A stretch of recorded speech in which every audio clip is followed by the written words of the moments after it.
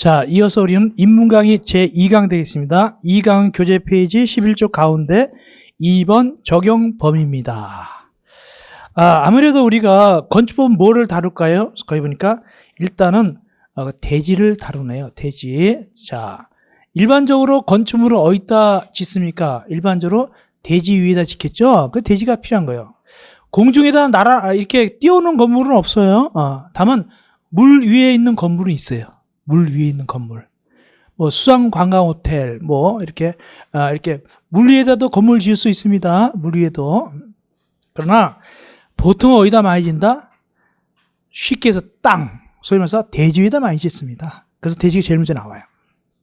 그런데 대지를 갖다가 부를 때 뭐라 부르냐 하니까 우리가 만약에 강아지를 부른다 그러면 단위를 갖다가 한 마리, 두 마리 이렇게 하죠. 사람 보고 한 마리, 두 마리 하지는 않죠.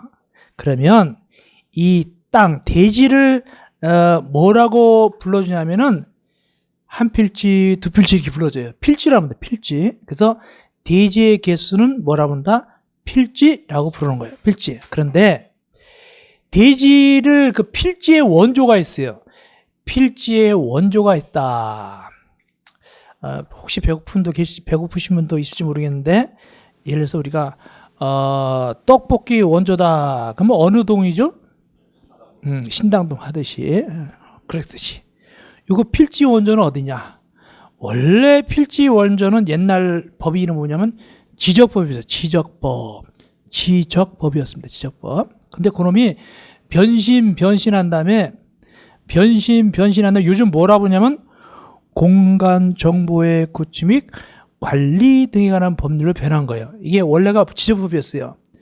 전에는 말이죠, 이 필지할 때, 땅을 다룰 때 드러나 있는 거, 위에 수평만 다뤘잖아요. 요즘 말이죠, 입체적으로 3D식으로 입체적으로 말이죠, 땅 밑으로 뭐가 지나고까지 다 다룬단 말이죠. 이렇게 공간 정보 해가지고. 하여튼간에 그래도 가장 유용한 필지입니다. 그래서 필지에 어디서 필지가 유래됐다 이제는 공간 정보 이 법이란 말이죠. 지금은 지적법이라는 용어를 쓴다 안 쓴다?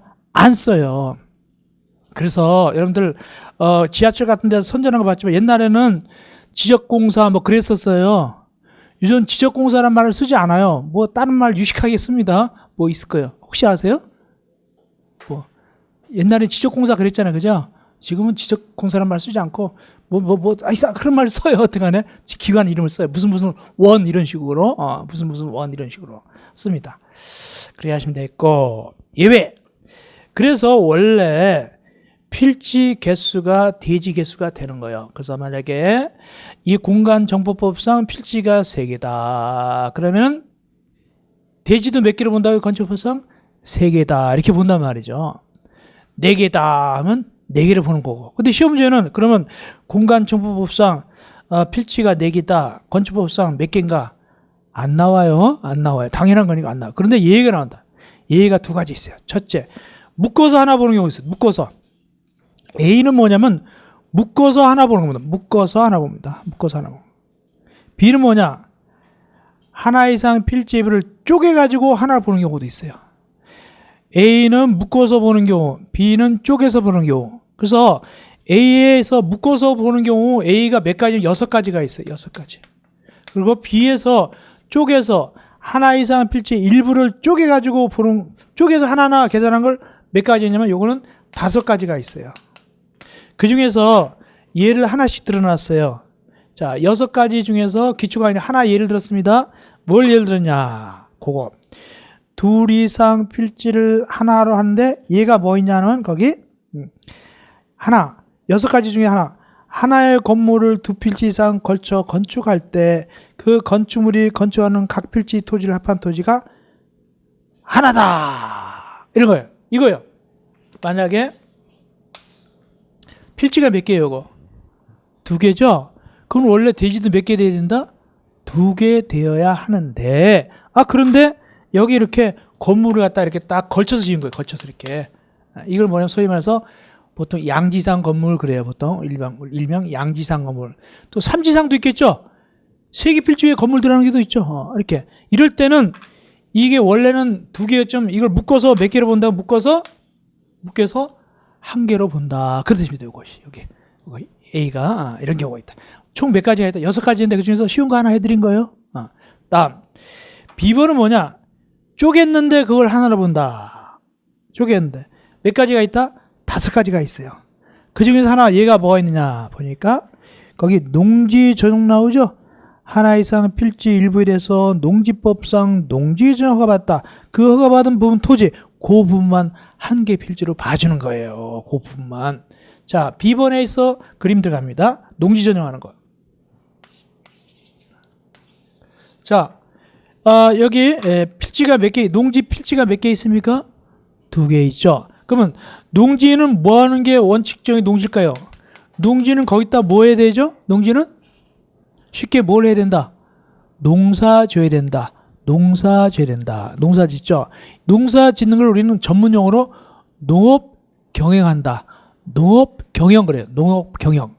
농업 경영하는데 근데 예를 들어서 이 농지 옆으로 옛날 말로 도시계획에 의하여 신장로가 생긴 거예요. 도로가 생긴 거예요. 도시계획에 의해서 옛날 말로. 근데 지금은 말이죠. 도시계획이란 용어를 안 쓰고 무슨 말 쓰냐면은 여기 가운데 점 찍고 도시군계획 그럽니다. 요즘. 아시겠습니까? 전에는 도시계획에 의해서 여기가 도로가 생긴데 도시계획에 의해서 주차장 생긴다 이렇게 표현하죠. 지금 뭐라 표현한다고요? 도시군계획에 의하여 도로가 생긴데 또는 뭐 공원이 생긴다 이렇게 표현합니다. 그래서 도시군계획에서 도로가 생겼어요. 그러면 여기 도로가 생겼는데 아주 넓은 도로예요. 차들도 막 많이 다녀요. 그럼 여러분들이 그냥 여기서 2필지 농지인데 농사를 갖다가 뼈 빠지게 짓는 게 나을까요? 머리를 좀 쓰는 게 나을까요? 머리를 쓴단 말이죠. 어떻게? 요 앞부분 2필지 있죠? 2필지의 일부를 갖다가 딱 이렇게 해가지고 요 일부만 띄어내는 거 이렇게. 자, 아까 그 뭐라 B번 보세요. 하나 이상 필지 일부.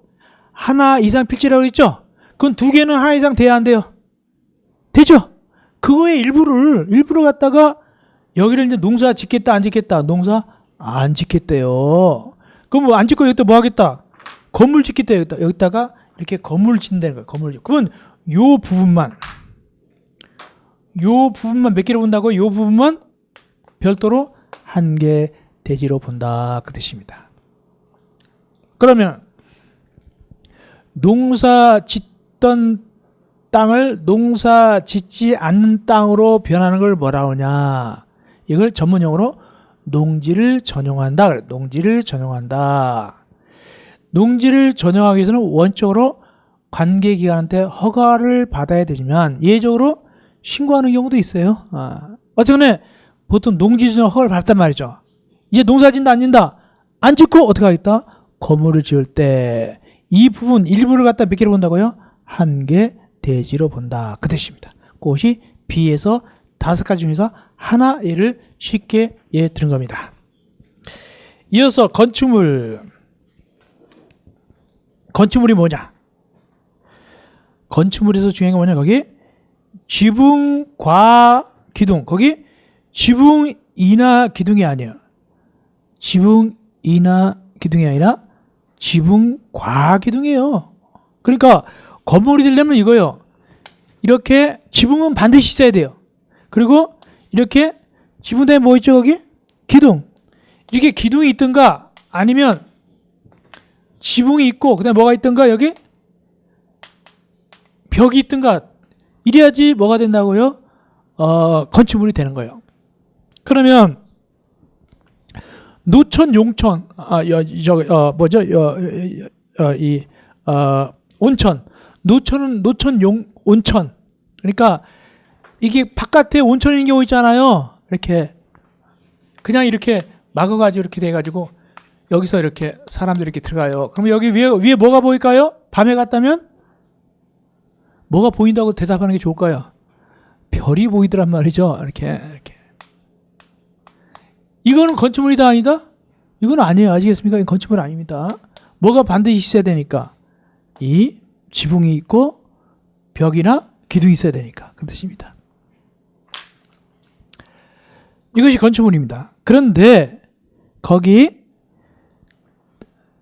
딸린 거, 부속도 역시 부속인 것도 건축물이다. 건물 딸린 거. 근데 가장 중요한 것은 그거예요. 지하 창고. 자, 지하 창고. 지하에 냉동 창고가 있어요. 그러면 건축물일까요? 아닐까요? 건축물이다. 그러므로 지하 냉동 창고도 건축법에 의해서 튼튼하게 지어야 돼요. 그 다음에 우리 강남역 밑에 있는 강남역 지하에 있는 지하 점포. 지하 점포. 건축물이다 아니다? 건축물이에요. 건축물이에요. 건축물이에요. 그런 뜻입니다. 그 다음에 저기 종로 5가 쪽에 거기 대학로. 거기 가면 뭐 하는 데가 많죠? 거기? 연극하는 데 많죠? 연극하는 데. 보통 그 연극하는 곳이 지상에 많을까요? 지하에 많을까요? 지하에 들어있습니다. 지하 공연장. 이런 것도 뭐라고요? 건축물이다. 이렇게 하시기 바랍니다. 그래서 지하 창고도 건축물이고, 그러면 혹시 지하 차고는 어떻게 할까? 지하 차고 역시 건축물이죠. 이해하셨죠? 그래, 넘어갑시다. 대상행위. 지금까지 물건을 했고, 이제 어떤 한 것이 대상행위인가? 만약에 여러분들 여러분 얼굴에다가 화장한다. 화장하는 건 건축행위가요, 아닐까요? 얼굴 화장하는 걸. 당연히 아니죠. 그렇죠? 당연히 아니죠. 사람 얼굴도 화장하는 게 어떻게 건축행위가 되겠습니까? 그럼 건축행위는 뭐냐? 모두 거기 5가지를 건축행위라고 봐요. 건축행위라고 합니다. 이것도 올해 나올 수 있어요. 2019년을 올해라고 합니다. 2019년을 올해 나올 수 있어요. 2018년 안 나왔기 때문에 이것도 10문제 이상 나왔거든요. 근데 이번에 안 나왔기 때문에 나올 수 있는데, 일단 이렇게 하셔야 돼요. 자, 거기 건축 보니까 건축행위가 총 몇 가지를 건축이라고 부르고 있습니까? 모두 5가지를 건축이라고 부르고 있다. 그래서 보니까 첫째 건축, 둘째 그 다음에 대수선, 셋째 용도 변경. 시험제가 정상적으로 나오면은 이 셋 중에 한 문제가 꼭 나와야 돼요. 아시겠습니까? 근데 2018년도 이게 안 나왔어요. 비정상적으로 나와가지고 안 나왔어요. 정상적인 반드시 이 중에 셋 중에 하나가 나와야 돼요. 근데 2018년도만 건축법이 아직 비정상적으로 나와가지고 안 나왔는데, 근데 2019년도는 다시 정상으로 나온다 보고 반드시 이 셋 중에 하나 나온다 보시면 됩니다. 자, 그러면 일단 아셔야 돼요. 첫째, 건축 속에 대소이나 용도 변경이 들어간다, 안 들어간다. 이것부터 해야 됩니다. 우리가 기본 개념이 중요하니까. 건축 속에 대소원 또는 용도 변경이 들어갑니까, 안 들어갑니까? 거기 읽어보면 돼요. 안 들어가요. 안 들어가요. 그러니까 건축은 건축이고 대소는 대소이고 용도 변경은 용도 변경. 이렇게 하시면 돼요. 별도요. 예를 들어서 뭐 삼국지 하면 뭐 위, 촉, 오 이렇게 따로따로 놀듯이 따로따로. 그러면 한번 여쭤봅시다. 바로 전 시간에 배웠으니까. 대소는 리모델링에 들어간다, 안 들어간다? 대선 리모델링 할 때 대선 한다, 안 한다? 한다고 그랬죠. 그럼 대선이 뭐야? 이제 배울 거예요. 용도 변경 배울 텐데 뭐냐면, 요즘은 시내 같은 데서 주택을 주로 뭐로 많이 변할까요? 뭐로 많이 만들까요? 시내 같은데 직장인이 많거나 학생들이 많은 대학가 근처는 주택을 주로 뭐로 많이 고칩니까? 주택을 보통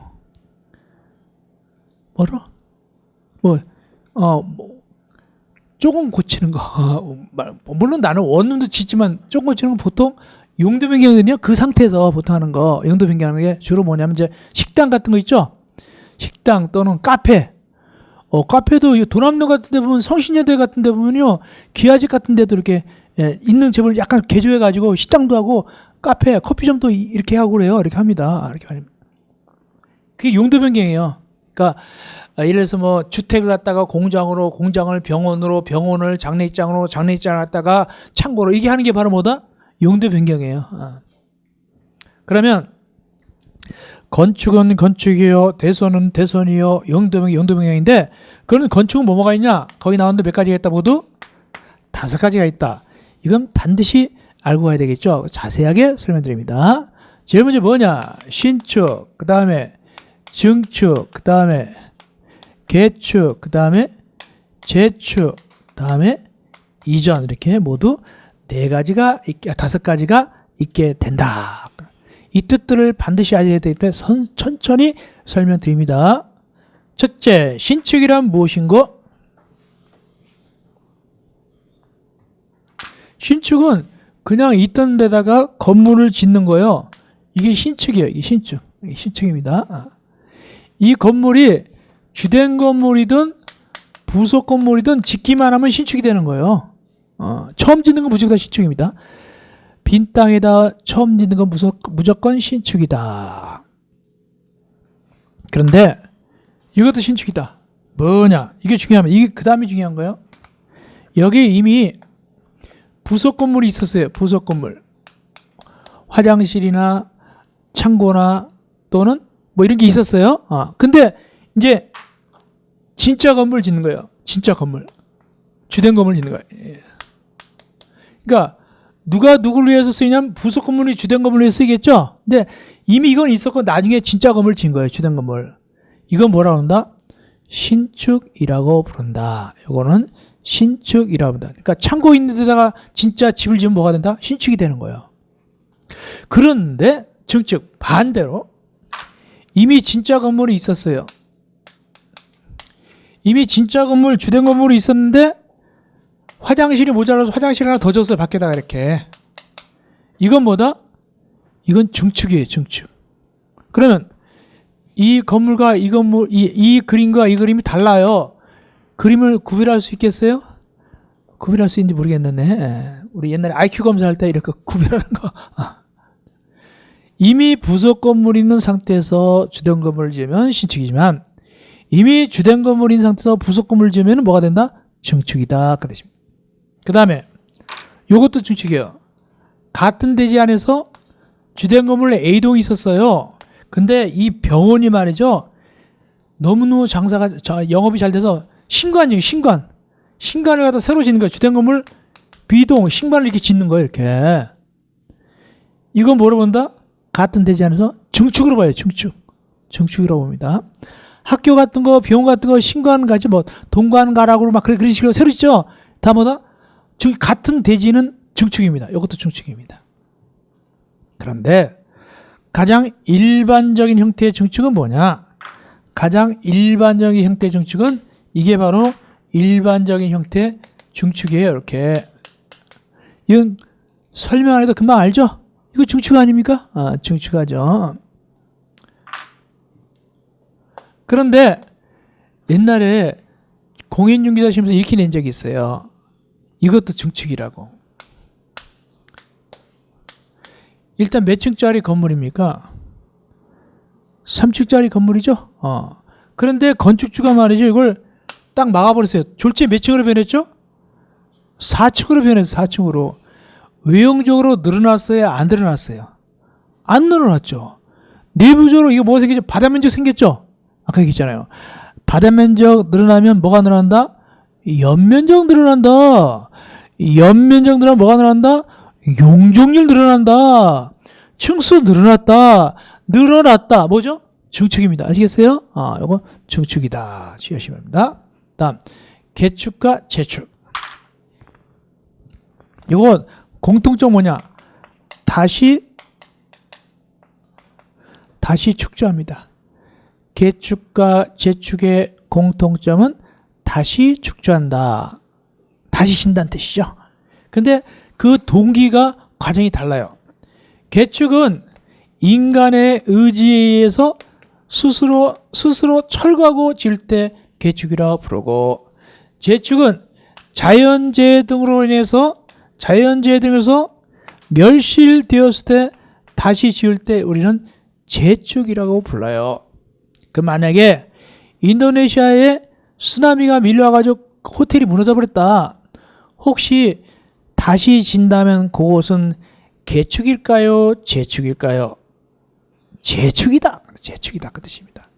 그런데 집이 있었는데 비가 뚜룩뚜룩 새는데 누가 돈을 빌려줬어요. 고치라고. 새로 지라고. 그래서 스스로 부시고 새로 지면 뭐가 된다? 이거는 개축이에요. 개축.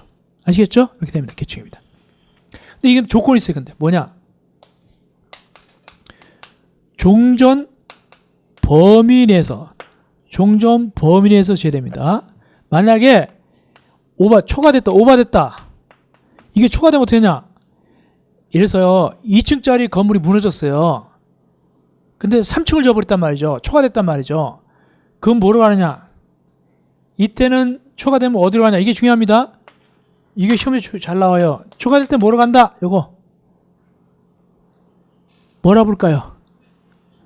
논리적으로 뭐라고 부를까요? 2층짜리 무너진 걸 3층 졌어요. 뭐라 한다? 이제 진짜 순수하게 처음 공부하신 분은 증축이라고 그래야 돼요. 증축이라고 그래야 됩니다. 여기서 공부했나한텐데 그런데 이제 거짓말로 공부해놓고 안 했다고 하는 분은 신축이라 해야 돼요.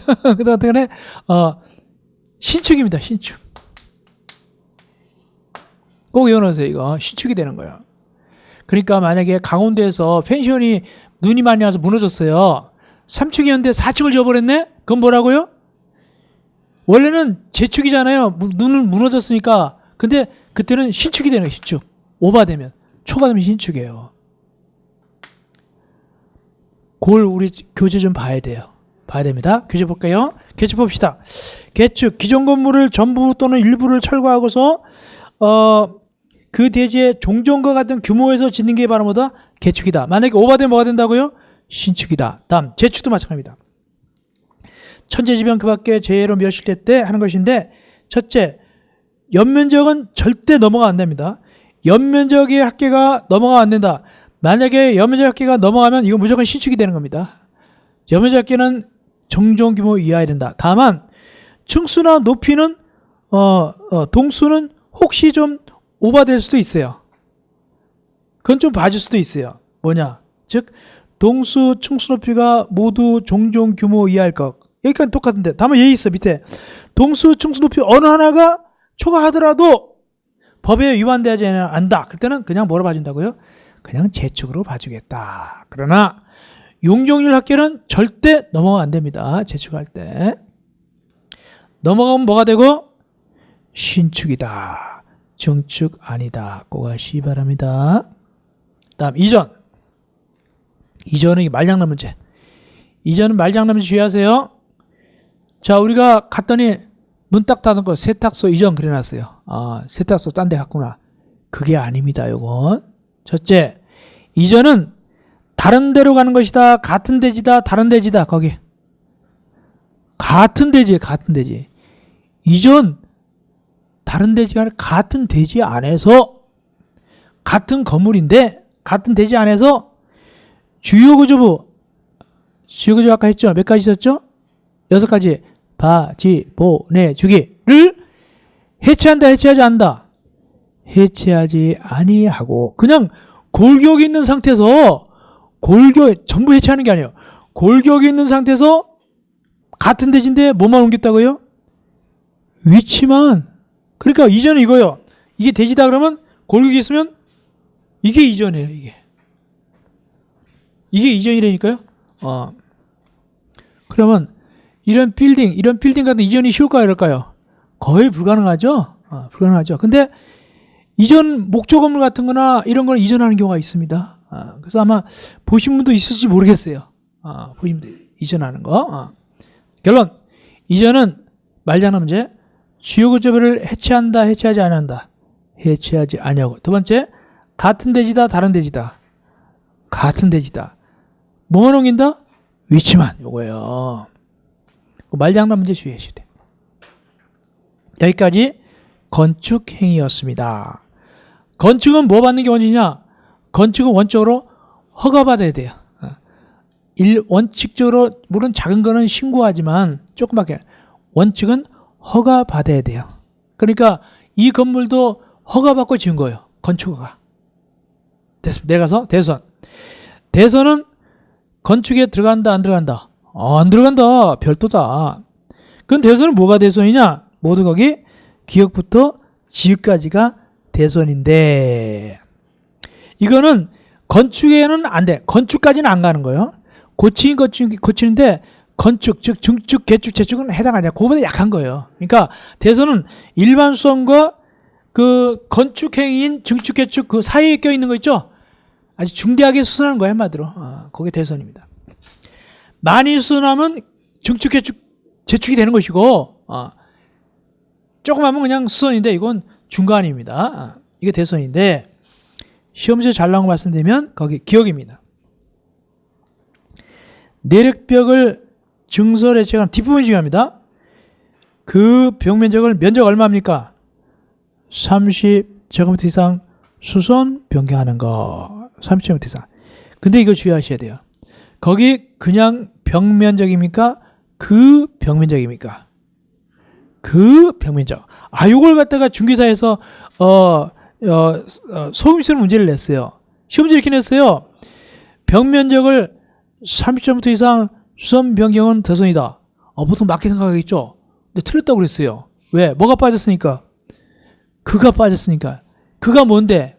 그걸 또 고쳐서 뭐랄까? 그가 뭐냐면 앞에 있는 내력벽입니다. 그래서 내력벽 벽면적. 내력벽 벽면적. 그렇게 낸 적도 있어요. 중개사에서. 내력벽 벽면적이 30제곱미터. 그냥 벽이 아닙니다. 그렇게. 이해하셨죠? 오케이. 그 다음에 또 뭐 좀 보냐면은 거기 어디 가냐면은 쭉 올라가셔서 13쪽 제일 위에 이응 13쪽 제일 이응 다가구하고 다세대에 있어서 경계벽을 갖다가 증설, 해체, 수선 병행하는 거. 그러니까 다가구나 다세대 옆집하고 벽 있잖아요. 벽. 그걸 갖다가 고치는 거예요. 이것도 뭐로 본다고요? 대손이다. 대손이다. 그런데 그럼 뭐는 빠졌냐면 연립주택하고 아파트는 빠졌어요.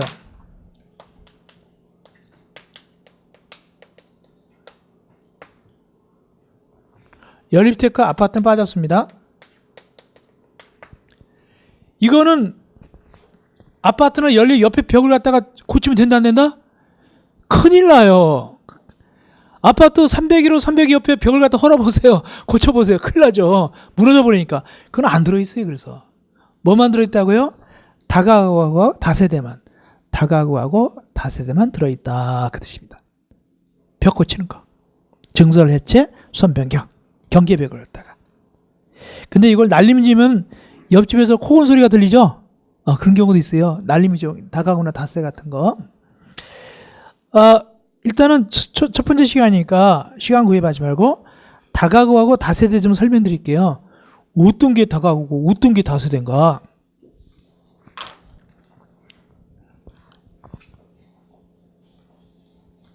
이런 거는 이제 집이 있는 분이나 남자분들이 잘하고 여자분들이 잘하는 경우는 이제 재테크 하시는 분 여자분들이 좀 잘 알고. 그런데 자 이렇게 만약에 이렇게 집이 있다. 모두 몇 가구 사냐면 몇 가구가 살고 있죠? 9가구가 살고 있다. 이럴 때 만약에 둘 중 이게 분명히 이것이 다가구 주택 아니면 다세대 주택인데 혹 시험지 나올 때 다가구 이렇게 쓰면 안 됩니다. 다가구 주택 이렇게 써야 돼요. 또 다세대 그러지 말고 다세대 주택 이렇게 쓰셔야 돼요. 그렇게 써야 돼요. 그러니까 주관식 산다 표현하면은 정식 용어를 다 써줘야 돼요. 다 써줘야 됩니다. 그러면 이건 다가구일까요? 다세대일까요? 솔직하게 대답하면 돼요. 그냥 모른다가 정답이야.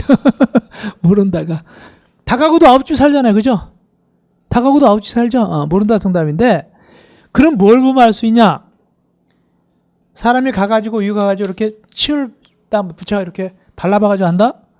그건 아니겠죠. 머리 한번 부딪혀본다? 아니겠죠. 뭘 보면 알 수 있을까 이게? 다가구인지 다세대인지. 예?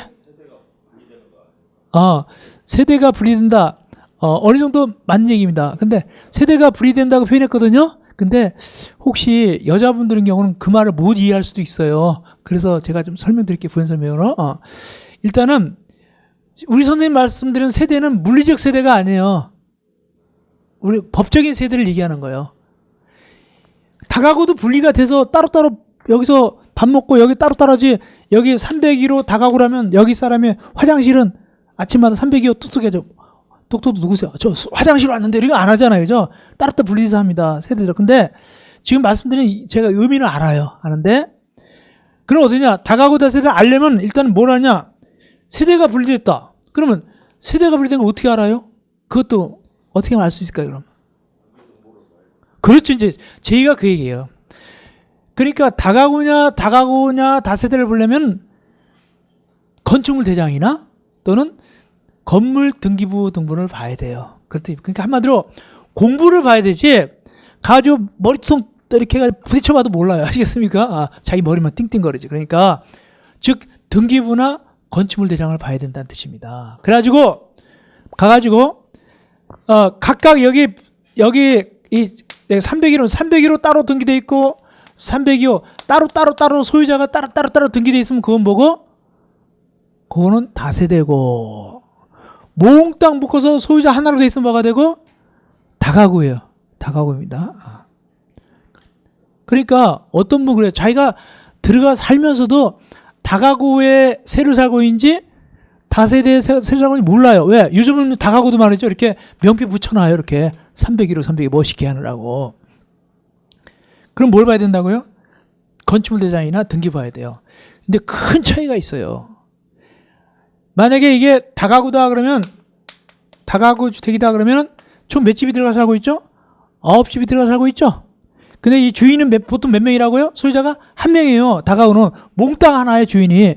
근데 A가 만약 은행에다가 돈 빌려가지고 못 갚아서 부도 나가지고 경매 넘어간다면, 경매 넘어갈 때 301호만 넘어간다. 몽땅 다 넘어간다.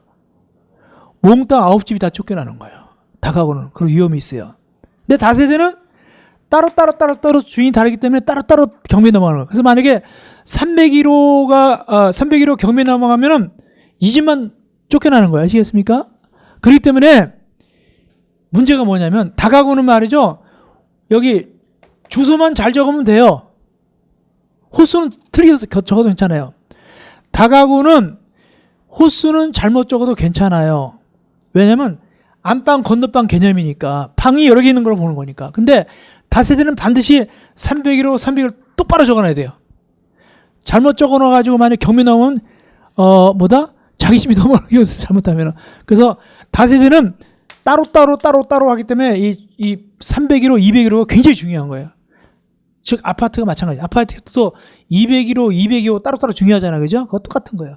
그래서 이 아파트도 똑같은 개념입니다. 아파트도 다세대하고 똑같아요. 법적은 똑같습니다. 이걸 소위 말해서 집합 건물이라고, 집합 건물입니다. 자, 그래서 치고 그래서 다세대는 말이죠. 공동택이에요. 다세대는 공동택이고 다가구는 단독택이 단독택. 주인이 혼자이기 때문에. 다세대는 공동택, 다가구는 단독택입니다. 자, 그 다음에 지읒. 요게 2년 전에 나왔어요. 거기 건축물 외벽에 사용되는 마감 재료를 갖다가 증설해체하거나 벽 면적을 30제곱미터 이상 수원 변경. 여기는 내리벽 소리가 안 나오죠? 그냥 벽 면적이죠. 근데 뭐가 나왔냐면 이렇게 냈어요. 지읒 앞에. 건축물의 외벽이잖아요. 이걸 뭐라고 쳤냐면 시험 전하기를 내부 이렇게. 그래서 대소는 2년 전에 나왔어요. 2년 전에. 외벽을 뭐라고 쳐놨다고요? 내부에, 인사이드. 잘못했죠? 그렇게 된 거예요. 그렇게 냈어요. 다음 용도지역. 용도지역은 직접적으로 시험지 안 나옵니다. 용도지역이 뭐냐라고 직접적으로 시험지 나오지는 않는데, 다만 이 용도지역을 이해를 해야 여러분들이 공부할 때 편해요. 여러분들이 많이 땅 갖고 있다. 땅이 여기 용도지역에 어디 들어가 있느냐, 도시역이냐, 관리냐, 농림이냐를 알려면 뭐냐면 토지 이용계획 항의서 있죠? 토지 이용계획 항의서 띄우면 다 나와요. 자기 땅이 면적 나오고 지목 나오고 용도지역이 뭔지 다 나와요.